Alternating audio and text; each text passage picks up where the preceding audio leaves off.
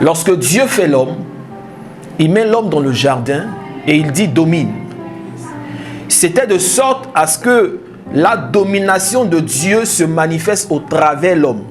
Lorsque les animaux ou les autres êtres humains allaient poser la question à Adam, mais d'où vient ton pouvoir, d'où vient ta puissance? Adam dira, cela vient de mon Créateur. Les membres de ta famille, ceux qui t'entourent, doivent te demander, d'où vient la puissance que tu as? D'où vient ce que tu possèdes? Et toi, tu diras, du Dieu qui m'a créé. Et l'ennemi, ne voulant pas ces choses, nous met des bâtons dans les roues. Exactement. Cependant, nous ne devons pas faiblir. Dieu veut que nous soyons en relation avec lui après la chute, parce que l'homme a péché, l'homme a désobéi. Après la chute, il y a cette séparation-là qui fait que l'homme pense qu'il est seul. Mais nous devons nous réconcilier avec Dieu. Nous devons rentrer en alliance avec Dieu pour restaurer ce pouvoir que nous avions et que nous avons perdu. J'aimerais que tu notes ceci. Tu n'es pas une victime de la situation. Tu es copilote. Tu es copilote. C'est-à-dire que Dieu est le pilote et toi, tu es le copilote. Amen. De ta destinée. Tu n'es pas une victime. Enlève ça de ta tête. Tu n'es pas en train de subir quelque chose. Tu es acteur, co-acteur, copilote pour la réalisation de ta destinée. Dans ce monde corrompu, ce monde emprunt à la souffrance, qu'est-ce qu'il faut faire? Toi qui connais Jésus, qu'est-ce qu'il faut faire pour retrouver ta position en Christ? Il y a deux choses que j'aimerais vous étaler ce matin. Et je veux que tu suives attentivement parce que c'est très déterminant. Lorsque nous prenons le livre de Jérémie, le chapitre 33, le verset 3, la Bible dit ceci. Invoque-moi et je te répondrai. Je t'annoncerai de grandes choses, des choses cachées que tu ne connais pas. Dans ce passage, il y a deux clés. La première clé, c'est invoquer. Invoquer Dieu, c'est le chercher. Invoquer Dieu, c'est lui poser des questions. Et lui te dit que lorsque tu vas m'invoquer, lorsque tu vas chercher, lorsque tu vas me poser des questions, moi Dieu, je vais te révéler ce qui ne va pas. Je suis en train de te dire qu'à ce niveau de ta vie, tu dois te poser des questions. Mais ce ne sont pas des questions du genre, Seigneur, pourquoi je souffre? Seigneur, pourquoi ça ne va pas? Ce n'est pas ce genre de questions dont je veux te parler ce matin. Tu dois te poser des questions qui doivent t'amener à chercher Dieu. Lorsque nous allons pousser, vous allez comprendre. Les questions comme, est-ce que je vais réussir? Est-ce que ça va aller? Ne sont pas des questions qui te rapprochent de Dieu. Ce sont des questions qui t'éloignent. En imposant dans ton cœur le doute, la crainte. Et ces choses-là t'éloignent de Dieu. Mais ce sont des questions qui t'emmènent à chercher Dieu. De sorte à ce qu'il te révèle le chemin que tu dois emprunter. Invoque-moi, je te répondrai. Cherche-moi, je te répondrai. Pose-moi la question, je te dirai ce que tu dois faire. Vous allez voir que lorsque nous allons parcourir la parole de Dieu, ceux qui ont réussi sont ceux qui ont posé des questions. Et ceux qui ont posé de bonnes questions. Ceux qui ont bien parlé. Alléluia. Amen.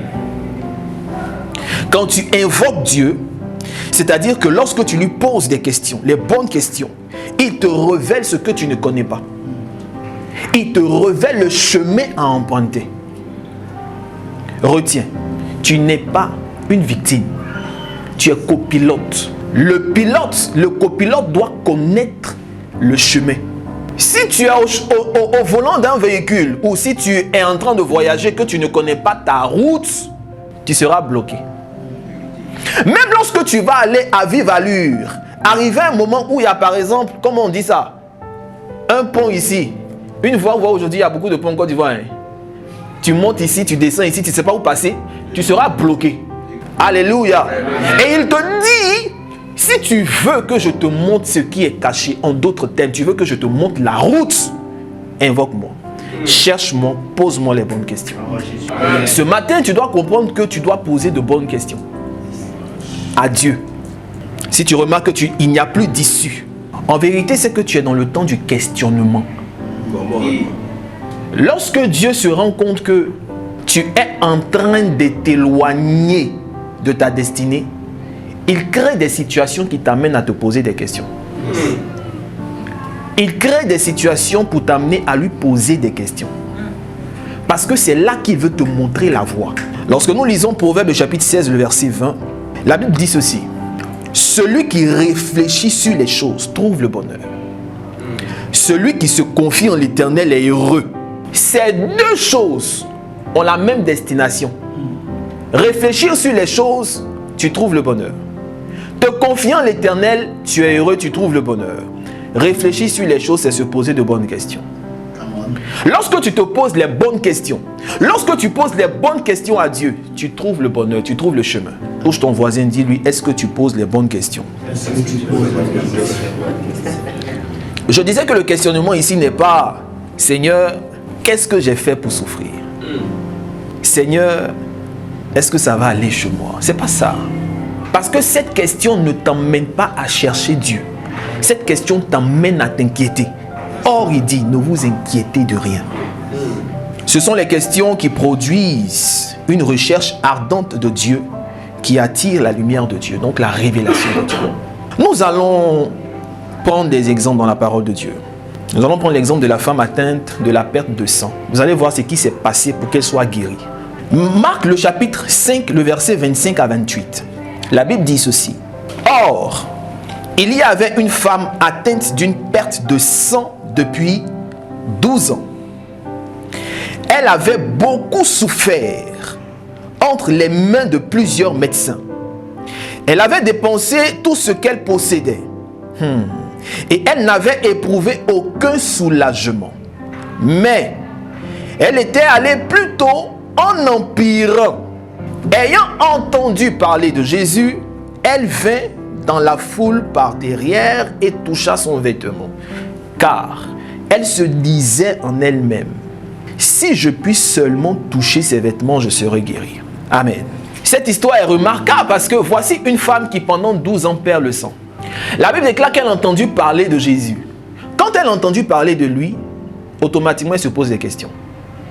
Lorsque nous lisons, la Bible dit, elle s'est dit en elle-même, si je touche le pan de sa robe, je serai guérie. Voici une question.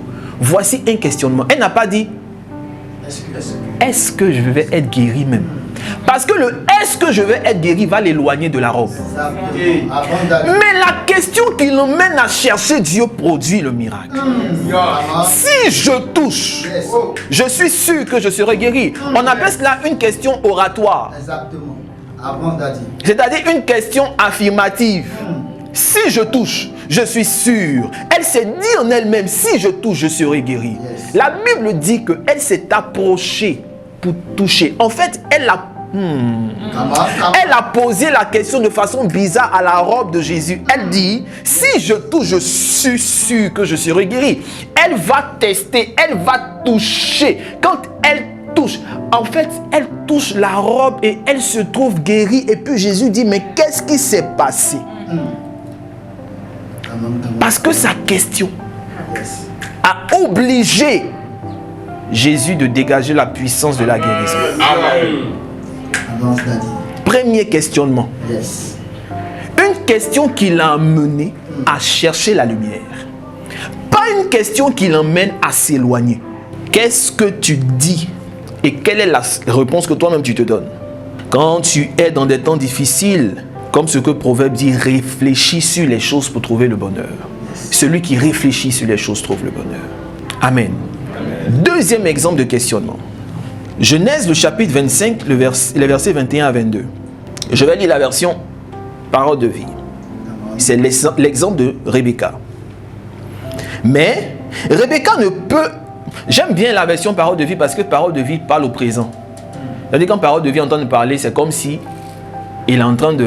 Le fait se produit en même temps. Donc ça nous aide beaucoup. Il dit, mais Rebecca ne peut avoir d'enfant. Alors Isaac prie le Seigneur pour sa femme. Sa femme, le Seigneur écoute sa prière et Rebecca devint enceinte. Elle attend des jumeaux et ses enfants se donnent des coups dans son ventre. Alors Rebecca se dit, qu'est-ce qui m'arrive? Elle se pose une question. Et regardez la phrase qui suit. Elle va consulter le Seigneur. Après de nombreuses années, pour trouver un enfant, elle a un enfant. Ou du moins elle tombe enceinte. Ce sont des jumeaux. Sa santé est mise à l'épreuve parce que la grossesse la fatigue. Et elle se met à se poser des questions. Elle n'a pas dit, est-ce que la grossesse va rester? Aïe. Elle n'a pas dit, mais je ne pouvais pas tomber enceinte maintenant que je suis tombée enceinte. C'est quelle affaire ça? Mais attends, non mais cette histoire. Et puis elle a commencé à se rappeler qu'il y avait des femmes qui étaient tombées enceintes et qui ont perdu la grossesse. Non, Rebecca a dit, qu'est-ce qui se passe dans mon ventre? Je m'en vais consulter l'Éternel. Elle s'est posé des questions qui le mènent à aller chercher Dieu. Amen. Il y a des questions qui créent le stress inutile dans ta vie. Il paraît que lorsqu'une femme est enceinte, qu'elle est beaucoup stressée, elle risque de perdre la grossesse. Nous les hommes aussi, quand on est stressé, là, il y a un truc qui se passe sur nous. Hein. Alléluia. Le stress fait qu'on perd la grâce qui est en nous. Il y a des questions qui font que tu perds des choses. Il y a des questions qui font que tu t'éloignes de Dieu. Cette question de Rebecca l'a emmené à aller consulter Dieu. Voilà la question qui fait, la question dont Dieu a besoin. Invoque-moi et je te répondrai. Quand elle part consulter l'Éternel, Dieu lui dit, en vérité, c'est parce que tu n'as pas des enfants dans ton ventre, tu as des nations. Tu n'as même pas besoin de prendre des médicaments. Parce qu'en fait, c'est deux nations qui sont en train de se battre dans ton ventre. Et ça lui a donné une autre orientation des choses. Mais l'inquiétude va t'amener à chercher des solutions qui vont aller contre ton miracle. Lorsque Dieu lui donne cette réponse-là, elle change sa façon de prier. Elle avait l'habitude de prier pour deux individus, maintenant elle a commencé à prier pour deux nations. Amen. Et lorsque tu commences à prier pour deux nations, il y a beaucoup de choses qui rentrent en ligne de compte. Tu penses déjà au président des deux nations. Amen. Tu penses à toutes les institutions. Amen. Mais il fallait qu'elle sache parce qu'elle n'est pas victime de la situation, elle est copilote. C'est-à-dire, elle et Dieu travaillent à la destinée des enfants. Je donne un dernier exemple sur le questionnement, l'exemple de Moïse. Exode chapitre 3, le verset 2 à 4. L'ange de l'Éternel lui apparut dans une flamme de feu, au milieu d'un buisson. Moïse regarda et voici, le buisson était tout en feu et le buisson ne se consumait point. Moïse dit, je veux me détourner pour voir quelle est cette grande vision et pourquoi le buisson ne se consume point. Point d'interrogation. Quand je lis ce passage dans Parole de vie, vous allez voir, Moïse se dit, je vais faire un détour pour voir cette chose étonnante. Le buisson n'a pas brûlé. Pourquoi donc? Point d'interrogation. Et la Bible dit, quand il a fini de se poser la question, la Bible dit, l'Éternel vit qu'il se détournait pour voir et pour chercher à comprendre. Et Dieu l'appela du milieu du buisson et dit, Moïse, Moïse. Il dit, me voici. Lorsqu'il a vu le buisson ardent, il s'est posé la bonne question. Il a dit, il faut que je cherche à comprendre. Pourquoi ça ne se consume pas? Pourquoi le buisson ne devient pas de la cendre? La Bible dit que lorsqu'il s'est posé cette question, l'Éternel, ayant vu qu'il était en train de chercher à comprendre, l'a appelé. Pour dire, Moïse, je vais t'expliquer. Tant que Moïse ne s'était pas posé la bonne question, Dieu n'allait rien dire. Est-ce que ce n'est pas parce que tu ne poses pas la bonne question que Dieu ne te répond pas? Est-ce que tu n'es pas en train de te poser la mauvaise question? Et je dis, la bonne question, ce n'est pas celle qui est bien formulée en français. La bonne question, c'est celle qui te rapproche de Dieu. Celle qui fait que tu te sens contraint, obligé de chercher Dieu. Alléluia. Amen. Après sa question, l'Éternel lui parle. Pose la question. Réfléchis sur la chose. Prie. Parle bien. Et la lumière viendra. La parole de Dieu déclare. Lève-toi. Brille. Car ta lumière arrive. Lève-toi. Brille. Lorsqu'il te dit lève-toi et brille, c'est parce que tu es dans un semblant de ténèbres. Et lorsque tu te lèves, que tu allumes la petite torche que tu es en train de chercher quelque chose. Tu es à la recherche d'un questionnement. Tu es en train de chercher quelque chose parce que tu as allumé la lampe. Si tu restes dans le noir, tu n'es pas en train de chercher. Quelqu'un qui allume la lumière dans le noir, c'est parce qu'il est en train de chercher quelque chose. Il dit, si tu veux que la grande lumière arrive, toi-même allume déjà l'interrupteur pour chercher aïe. Quand tu allumes l'interrupteur, la vérité c'est que la grande lumière se rend compte. La lumière, quand elle doit arriver, que les ténèbres sont là, elle va aller chez qui? Elle va aller chez celui qui va lui faire des coups de phare. Celui qui va allumer sa lampe et qui va faire comme ça là. La lumière va dire, ah voici, je suis en train de venir. Allumez la lumière. Amen. Cherchez. Alléluia. Amen. Posez-vous les questions qui vont vous rapprocher de Dieu. Amen. Seigneur, qu'est-ce que je dois faire pour réussir? Voici une bonne question. Seigneur, qu'est-ce que je dois faire pour que la lumière arrive? Voici la bonne question. Seigneur, je crois à ce que tu m'as promis. Je crois en la promesse. Comment je dois me positionner pour que cette lumière arrive? Je crois en ce que tu as dit. Je sais que ça va arriver. Tant que ça n'arrive pas, je ne quitte pas la terre. Comment est-ce que je dois me positionner? Quand tu poses ces genres de questions, Dieu arrive à toi. Seigneur, pourquoi ce feu ne brûle pas cet arbre? Pourquoi l'Éternel va t'appeler? Amen. Il va dire ton nom et il va te montrer la voie. Amen. Amen. Alléluia. Amen. La recherche de Dieu se fait dans la prière. La recherche de Dieu se fait dans la prière. Je vous le dis encore et encore.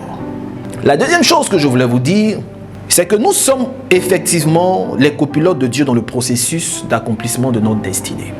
Dieu fonctionne avec toi pour réaliser tes projets. Il fonctionne avec toi. Dans le livre de la Genèse, le chapitre 2, le verset 19, la Bible dit ceci. Ça, c'est la version parole de vie. Avec de la terre, le Seigneur Dieu fait toutes sortes de bêtes sauvages et toutes sortes d'oiseaux. Il les emmène à l'homme pour voir comment celui-ci va les appeler. Chaque animal doit avoir le nom que l'homme va lui donner. Chaque animal doit avoir le nom que l'homme va lui donner. Chaque situation doit avoir le nom que l'homme va lui donner. Chaque chose doit avoir le nom que l'homme va lui donner. La situation que tu vis doit porter le nom que tu lui donnes. Si tu es dans les ténèbres, que tu dis ce sont les ténèbres de la mort, écoute, ça sera les ténèbres de la mort. Tu n'es pas une victime, tu es copilote. Tu es copilote de la situation. Tu conduis la situation avec Dieu. Tu n'es pas une victime. Chaque animal doit porter le nom que l'homme va lui donner. La version même dit que Dieu a fait les animaux sauvages. Et les animaux sauvages sont passés devant l'homme. Alors qu'on dit que tout ce qui est sauvage, c'est ce qui est du diable. Tout ce qui est sauvage, c'est ce qui est négatif. Tout ce qui est sauvage. Mais la Bible dit que même les animaux sauvages, l'homme devait leur donner des noms.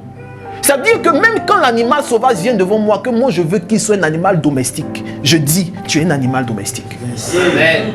Ce n'est pas une affaire de tu as déjà fait sauvage, ça n'a qu'à rester comme ça. Non, Dieu veut que tu changes la situation.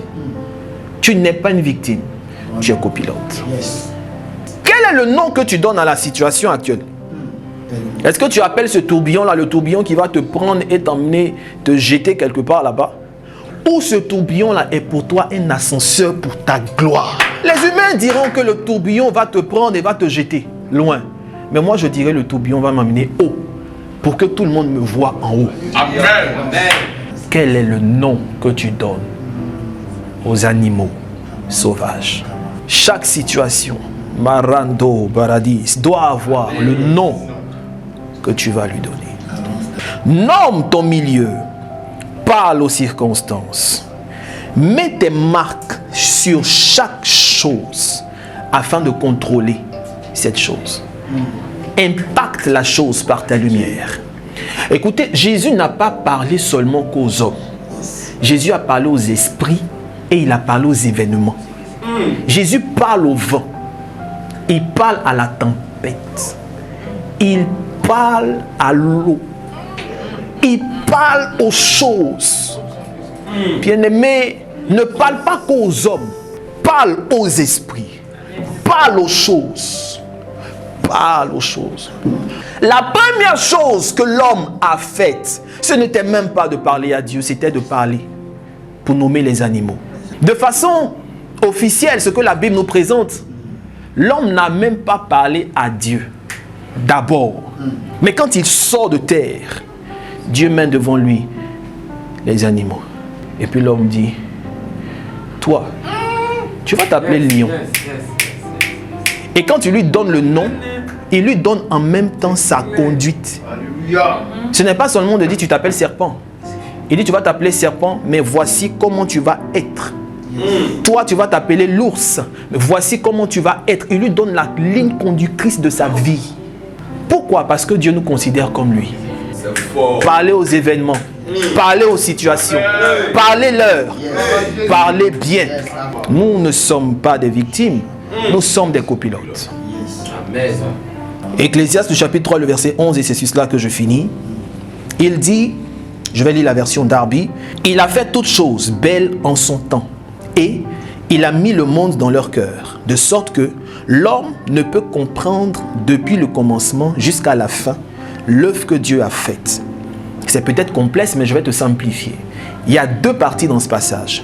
Il dit, il a fait toutes choses belles en son temps, il a mis dans le cœur, il a mis le monde dans leur cœur. Le passage qui suit nous dit que c'est tellement immense qu'on ne peut pas comprendre tout en même temps.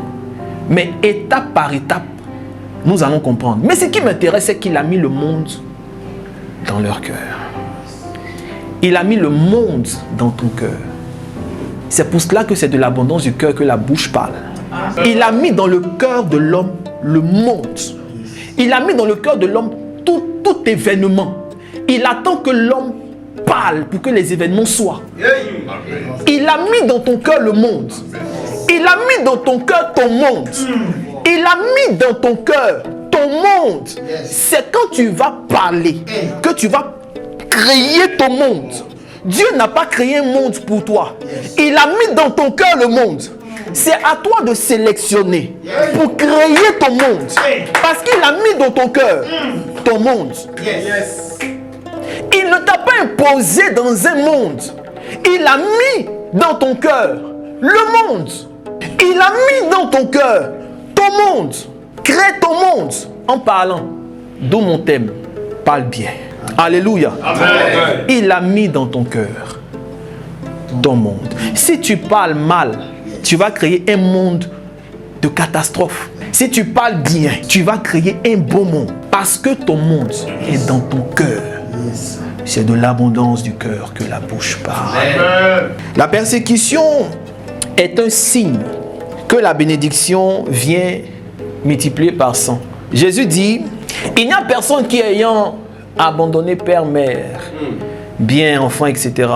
pour lui, ne reçoive dans ce monde-ci ce qu'il a perdu au centuple, avec des persécutions.